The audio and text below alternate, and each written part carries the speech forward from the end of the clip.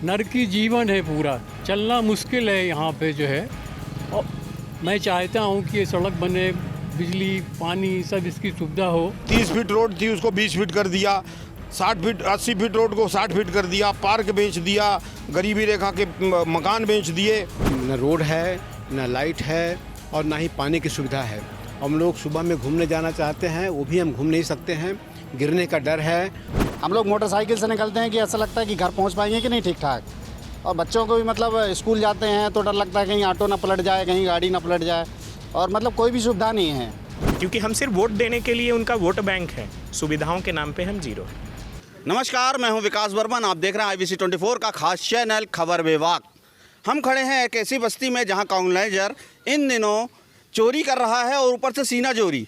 जी हाँ, मैं सही बात कर रहा हूं। आप मेरे पीछे देख सकते हैं कि जो सड़कें हैं पूरी तरीके से ये ऐसी कॉलोनी है जो कि गांव से भी बदतर सड़क हो चुकी है यहाँ की। और यहाँ का जो कॉलोनाइजर है इन दिनों यहाँ के रह रहे लोगों पर एक तरीक़े का नोटिस जारी कर इन्हें परेशान कर रहा है, जो कि इन्होंने सिर्फ और सिर्फ सुविधा मांगी थी इस कॉलोनी को लिए, लेकिन उसने ये ना कर इन्हें नोटिस थमा दिया गया है। आप मेरे पीछे देख सकते हैं कि जो कि यहाँ की सड़कें हैं जो कि पूरी तरीके से बदतर हो चुकी है। यहाँ पर निकलना दूभर हो जाता है। बरसात के दिनों में तो ऐसा लगता है कि इन्हें कोई कीचड़ भरे नाले से गुजरना पड़ता है। हमारे साथ यहाँ पे कॉलोनी के रहवासी भी मौजूद हैं। आइए हम उनसे भी बात करने की कोशिश करेंगे कि उन्हें किन किन समस्याओं का यहाँ पे सामना करना पड़ रहा है। कॉलोनी के लोगों का ये भी कहना है कि इस कॉलोनी का कोई भी कर्ता धर्ता अभी तक सामने नहीं आया है, सिर्फ और सिर्फ कॉलोनाइजर अपनी मनमानी कर रहा है। हमारे साथ यहाँ के एक बुजुर्ग हैं, उनसे भी बात करने की कोशिश करेंगे। दादा, क्या नाम है आपका? विजयन सिंह नाम है मेरा, और मैं इसी में रहता हूँ कॉलोनी में। और यहाँ पे मूलभूत सुविधाओं का टोटल अभाव है, नरकी जीवन है पूरा, चलना मुश्किल है यहाँ पे जो है। और मैं चाहता हूँ कि ये सड़क बने, बिजली पानी सब इसकी सुविधा हो। अगर माई बाप कोई नहीं है तो पंचायत में जो है दे दी जाएगी कॉलोनी, जिससे इसका विकास हो सके। ये जो है हमने तो घूमना ही बंद कर दिया, चलना मुश्किल है, मंदिर तक नहीं जा पाते, ये अभाव है। दादा, आप कितने सालों से इस कॉलोनी में रहते आए हैं और आपको क्या आश्वासन मिला था या क्या लोग अपने सपने दिखाए गए थे कॉलोनी को? वो तो खैर ये जो इन्होंने सब जवाब दिखाए होंगे लोगों को। मैं तो 15 में आया हूँ एक्चुअली, तो उसके बाद जो 15 से देख रहा हूँ कि और स्थिति गिरती ही जा रही है यहाँ की। तो जिस तरीके से देखा जाए तो आपको लग रहा होगा कि आप कोई सेफ्टी कॉलोनी में रह रहे हैं कि गांव देहात में रह रहे हैं? गांव देहात से बदतर है ये हालत। माने गांव में तो कम से कम सेफ्टी, यहाँ तो कोई कुछ नहीं, अंधाधुंध जानवर, क्या किस तरीके से कॉलोनी है, भगवान मालिक इसका, कोई माँ बाप नहीं है। मैं चाहता हूँ कि भाई कोई सुनने वाला हो, कुछ इसे पंचायत में दे दिया जैसे विकास हो सके। इस तरीके से आप क्या कहें, और लोगों से पूछें। आइए हम और लोगों से बात करने की कोशिश करेंगे कि उनको किन किन समस्याओं का सामना करना पड़ता है और इन्होंने कहाँ कहाँ इसकी शिकायत की है। भाई साहब, क्या नाम है आपका? हरिशंकर शुक्ला। मैं यहाँ सेक्टर 1 में 20 नंबर पे रहता हूँ। यहाँ मूलभूत सुविधाओं का बिल्कुल अभाव है। हम 2009 से यहाँ रह रहे हैं। यहाँ न रोड है, न नाली है, न सड़क है, न बिजली है, न पानी है। और जब हम प्लाट खरीदने 2004 में गए थे तो उन्होंने ब्राउचर्स में दिखाया था कि यहाँ कॉमर्शियल प्लाजा होगा, स्विमिंग पूल होगी, चारों तरफ से बाउंड्री होंगी, एक गेट होगा, 72 एकड़ ज़मीन में 300 गरीबी रेखा के लोग रहेंगे, मंदिर बनेगा। यहाँ कुछ भी नहीं है। पार्क के नाम पर छोड़ दिया, धीरे धीरे पार्क भी बेचे जा रहे हैं। आपने इसकी जो न्यायालय की एक शरण होती है, आप लोगों ने क्या न्यायालय की शरण ली है अभी तक? बिल्कुल, कलेक्टर साहब को ज्ञापन दिया। कलेक्टर साहब ने एक कमेटी बनाई, उस कमेटी ने जांच किया। जांच की रिपोर्ट भी पक्ष में ही यहाँ की आई। उनने बहुत इनलीगल चीज़ें पाई और वो कलेक्टर साहब को दिया। कलेक्टर साहब उस पर पेशी पर पेशी बढ़ाते जा रहे हैं। अभी तक उसमें कोई निर्णय नहीं दिया, ना बिल्डर के खिलाफ कोई कार्रवाई किया। तो जिस तरीके से ये भी सुनने में आया है कि बिल्डर ने भी कुछ लोगों को नोटिस थमा दिया गया है। बिल्डर हम सबको नोटिस दिया है और उन्होंने कहा 1-1 करोड़ रुपए इन लोगों से मानहानि का मुकदमा कायम करेंगे। वो कह रहा, चोर कह रहे हैं। जो 30 फीट रोड थी उसको 20 फीट कर दिया, 80 फीट रोड को 60 फीट कर दिया, पार्क बेच दिया, गरीबी रेखा के मकान बेच दिए। और इसके बाद कहता कि हम चोर नहीं हैं, बल्कि उल्टा हम लोगों को चोरी का झूठे मुकदमे में फंसाने की कोशिश कर रहा है। देख सकते हैं आप, कॉलोनी तो बना दी गई, यहाँ पर सुविधा के नाम पर कुछ भी नहीं है। और भी हमारे साथ लोग हैं, उनसे भी मौजूद हैं, उनसे भी बात करने की कोशिश करेंगे। क्या नाम है भाई दादा आपका? मेरा नाम नागेश्वर प्रसाद है और यहाँ हम सेक्टर नंबर 3 में रहते हैं। रिटायरमेंट के बाद में यहाँ हम लोग सोचा था एक अच्छा लाइफ मिलेगा, घूमने को जगह मिलेगा, पार्क का उपयोग कर पाऊँगा, अपना स्वास्थ्य ठीक से रखूँगा और अच्छे से रहूँगा। लेकिन यहाँ न रोड है, न लाइट है और ना ही पानी की सुविधा है।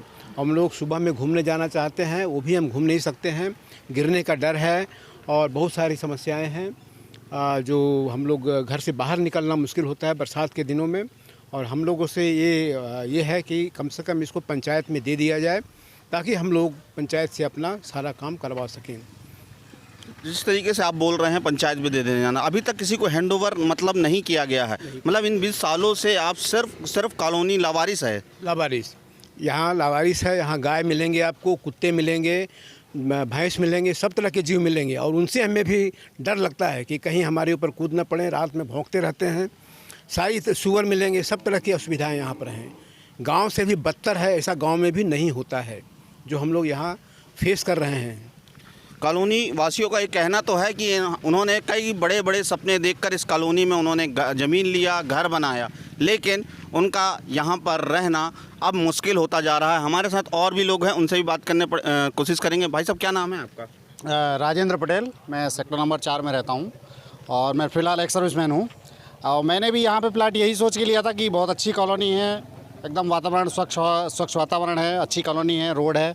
लेकिन बाद में यहाँ देखा, यहाँ तो मतलब अभाव ही होता जा रहा है। जितना मैंने जिस टाइम पे लिया था उससे और माइनस में जा रहा है, प्रोग्रेस नहीं हो रहा है। जबकि आज गांव में भी देखेंगे तो गांव में आपको आरसीसी मिलेगा और ये सिटी में होते हुए रोड यहाँ की इतनी बदतर हालत हो गई है कि मतलब जो बुजुर्ग लोग चल नहीं सकते। हम लोग मोटरसाइकिल से निकलते हैं कि ऐसा लगता है कि घर पहुँच पाएंगे कि नहीं ठीक ठाक। और बच्चों को भी मतलब स्कूल जाते हैं तो डर लगता है कहीं ऑटो ना पलट जाए, कहीं गाड़ी ना पलट जाए और मतलब कोई भी सुविधा नहीं है। जिस हिसाब से इस कॉलोनी का विकास होना था वो विकास बिल्कुल मतलब बेकार हो गया। देख सकते हैं, आपको खबर विभाग में हमने इस तरीके की कॉलोनी कई बार दिखाई होगी, मगर ये कॉलोनी जो कि जिस तरीके से यहाँ की स्थिति है वो तो यहाँ के लोग ही बता सकते हैं। हमारे साथ और भी बुजुर्ग लोग हैं, उनसे भी बात करने की कोशिश करें। दादा, क्या नाम है आपका? आरपी श्रीवास्तव हूँ। पिछले 12 साल से यहाँ पर रह रहा हूँ मैं।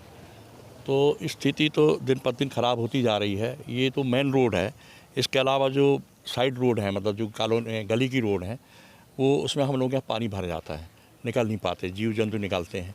नालियाँ जो बनी हुई हैं, नालियाँ नहीं निकलती, बदबू मारती हैं। स्वीपर लगा सफाई करता है, वहीं कहीं पानी भर जाता है। और गटर जो हम लोग बने बनाए मकान लिए थे, जो गटर, हमको ये नहीं मालूम कि गटर का पानी जाता क्या है। हर 2-3 महीने 2-4 हज़ार रुपये निकाल के गटर साफ़ कराना पड़ता है। कई बार हमने पूछा गया कि नक्शा क्या है इसका, तो पता ही नहीं चलता कि कहाँ गटर का पानी कहाँ जाता है, कहाँ से निकलता है। और भी समस्याएँ हैं, जो बिजली की समस्याएँ तो थी, लेकिन धीरे धीरे बिजली डिपार्टमेंट को बोले केबल जर्जर हालत में हो गए, आप लोग 90,000 का पैसा जमा करिए तब आपका केबल बदला जाएगा। अब पहले किस तरह के केबल बदले गए, क्या हुआ क्या नहीं हुआ, लेकिन आज की स्थिति में यहाँ पर बिजली की भी समस्या है, रोड की भी समस्या है, नाली की भी समस्या है, पानी कहाँ जा रहा है, सीवेज लाइन कहाँ जा रही है, कहाँ पे पानी इकट्ठा हो रहा है, ये किसी को नहीं मालूम। तो हम लोग के जो मेन उद्देश्य ये है प्रशासन से, जिला प्रशासन से, कि इसको हैंड ओवर कराया जाए ग्राम पंचायत को।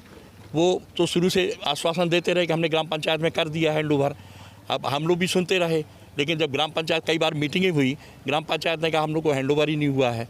और अभी प्रकरण चल रहा है न्यायालय में, उसमें काफ़ी खामियां आ रही हैं कि इन्हें ग्राम पंचायत का जो पूरे नियम के अनुसार इन्हें दिया नहीं है। तो प्रशासन से हमारी यही डिमांड है कि जो भी हो वो प्रशासन की जवाबदारी है, उनको जो भी फॉर्मलिटीज़ है उनसे पूरी कराए और इसको मतलब ग्राम पंचायत, ताकि हम लोग जो है जीवन ठीक से यहाँ पर जी सकें। देख सकते हैं यहाँ के लोगों का जो दर्द है वो उछल कर बाहर आ रहा है और लगातार वो अपने से यहाँ के कॉलोनी के कॉलोनाइजर से परेशान नज़र आ रहे हैं। हमारे साथ और भी लोग हैं, उनसे भी बात करने पड़ेगी। दादा, आप कितने सालों से यहाँ पे रह रहे हैं? मैं लगभग 7 साल से यहाँ रह रहा हूँ और मुझको लगता है कि जीवन की सबसे बड़ी मेरी भूल थी जो यहाँ मैंने ज़मीन ख़रीदा और मकान बनाया। हार्ड मनी मेरी इतना, मतलब हम लोग सीमेंट प्लांट से हैं और पूरी लाइफ सीमेंट प्लांट में गई, तो हमको तो दिन दुनिया का पता ही नहीं रहता कि दुनिया में क्या हो रहा है। लेकिन बड़े हम लोग कॉन्फिडेंट थे कि हम लोग पढ़े लिखे हैं, लिटरेट पर्सन हैं, किसी भी प्रकार की लड़ाई होगी तो हम कानूनी लड़ाई होगी उसको लड़ लेंगे। लेकिन यहाँ समझ में आ रहा है कि शासन की व्यवस्था इतनी लचर है कि कोई किसी को कुछ सुन नहीं रहा है और लगातार लिंगरान कर रहे हैं, चीज़ों को फैलाए जा रहे हैं। लोक अदालत में हम लोग लगभग लास्ट 1.5 साल से उसके लिए पेशी है बढ़ाते चले जा रहे हैं और इसका लगता है कोई अंत नहीं है। इस प्रकार यदि शासन व्यवस्था रही तो इस देश को गर्त में मिलना कोई दूर नहीं है। जिस तरीके से दद्दा धाम ये पूरा कॉलोनी कहलाता है, पॉस कॉलोनी भी कहा जाता है, लेकिन सुविधा के नाम पर कुछ नहीं है। ऊपर से आपको एक नोटिस दे दिया गया, चोरी और ऊपर से सीना चोरी, जिस तरीके से कॉलोनाइजर कर रहा है, उसके बारे में क्या कहना है आपको? बस यही कि कॉलोनाइजर एकदम अपने आप को गुंडा समझता है, सोचता है कि उसको सुनने वाला कोई पैसे में मैं सब कुछ कर लूँगा। उसका कहना ये भी है कि 2000 केस तो मेरे चल ही रहे हैं, 2001 भी ये चालू हो जाएगा तो कोई फ़र्क नहीं पड़ता मेरे पास में। तो क्या आपको कभी ऐसी धमकियाँ मिली हैं कि आप कॉलोनी से बाहर निकलिए और इस तरीके जैसे आप गुंडा बोल रहे हैं? नहीं, इस प्रकार से प्रत्यक्ष रूप से कोई धमकी नहीं मिली, लेकिन हाँ ये जो नोटिस वगैरह उसने दिया है, मानहानि का दावा जो उसने पेश किया है, तो उससे यही लगता है कि हर चीज़ों को दबाना चाहता हो। कितने पैसे मांगे गए हैं उसमें लगभग 25 लाख रुपए मानहानि का किया है केस एक आदमी के ऊपर। करीबन कितने लोग होंगे ऐसे जिसको नोटिस मिले? जिन मेरे ख्याल से 45 आदमी हैं टोटल। 43 है। देख सकते हैं आप, यहाँ के लोग बेहद ही परेशान हैं और ऊपर से उन्हें एक नोटिस पकड़ा दिया जाता है और 25 लाख रुपए, जो कि करीबन टोटल माना जाए तो 10 करोड़ करीब का उन्होंने जो कि मानहानि दावा पेश किया है। आप देख रहे थे खबर बेबाक। आइए हम और लोगों से भी बात करने की कोशिश करेंगे। यदि हमारे चैनल को आप पसंद करते हैं तो शेयर, लाइक करना ना भूलें। आइए हम और लोगों से बात करने की कोशिश करते हैं। क्या नाम है भाई साहब आपका? राजीव परासर। जिस तरीके से यहाँ की जो स्थितियाँ हैं, आप कब से देख रहे हैं? मैं पिछले 4 साल से यहाँ पे रह रहा हूँ, तो 4 साल में मैंने सिर्फ गड्ढे ही देखे हैं। हमने गुरुदेव भगवान दद्दा जी, देव प्रभाकर शास्त्री जी के नाम पे यहाँ रहने आए थे। मैं तो जानता भी नहीं था कि ये कृपा बिल्ड कौन नाम की कोई चीज़ भी है। मैंने दद्दा जी के नाम से ही ये कॉलोनी खरीदी थी और दद्दा जी ने इसके अपने तपोभूमि के रूप में यूज़ किया था।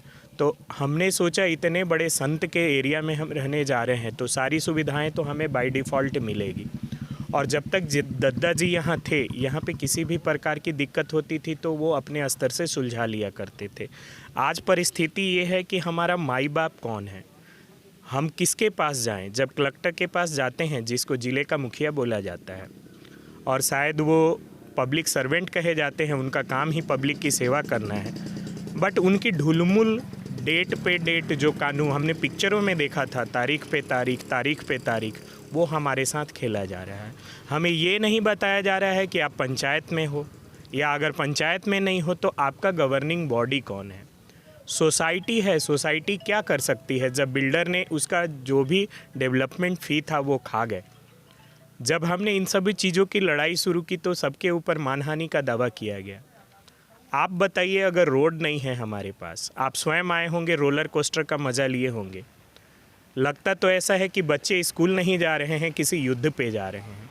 हमारे माताजी पिताजी हैं, वो टहलने के लिए रोड पे आते हैं तो लगता है कि वो वापस आ पाएंगे कि नहीं घर, क्योंकि गाड़ियाँ बढ़ती जा रही हैं, क्योंकि हमारा पॉपुलेशन बढ़ रहा है। जैसे देश का पॉपुलेशन 140 करोड़ है तो हम भी यहाँ 1800 से 200 वोटर रहते हैं। हमें सिर्फ वोट बैंक के रूप में इस्तेमाल किया जाता है। पंचायत में हम वोट डाल सकते हैं, लेकिन पंचायत हमको सुविधा नहीं देगी। भारत सरकार को हम इनकम टैक्स दे सकते हैं, लेकिन हम रोड के लिए लड़ने नहीं जा सकते हैं। तो अब लड़ाई हमारी आर पार की है। हम प्रशासन को कहना चाहते हैं कि आपने अभी तक तो बहुत गुलछर्रे उड़ाए बिल्डर के साथ मिलके, अब हम आपको गुलछर्रे नहीं उड़ाने देंगे, आपको हम रोड पे ले आएंगे। हम अगर गड्ढे में हैं तो मैं तो कलेक्टर महोदय और जिला प्रशासन को निमंत्रण देता हूँ, एक दिन तो गुजारो दद्दा जी के इस धाम में, पता तो चले कि यहाँ के लोग कैसे जी रहे हैं, क्यों जी रहे हैं। हमें तो अब ऐसा लगता है कि हमारा जीवन ही निष्क्रिय है, क्योंकि हम सिर्फ वोट देने के लिए उनका वोट बैंक है, सुविधाओं के नाम पे हम जीरो हैं। देख सकते हैं आप, यहाँ के जो लोग हैं बेहद ही परेशान हैं और ये दद्दा धाम वासियाँ सिर्फ और सिर्फ सुविधा ही चाह रहे हैं और उनके अलावा कुछ नहीं। लेकिन यहाँ का कॉलोनाइजर है कि चोरी कर रहा है, ऊपर से सीना चोरी। जिस तरीके से नोटिस पकड़ा दिया गया है, यहाँ के दद्दा धाम वासी बेहद ही परेशान हैं। आप देख रहे थे खबर विभाग, IBC 24 से विकास बर्मन की रिपोर्ट, कटनी।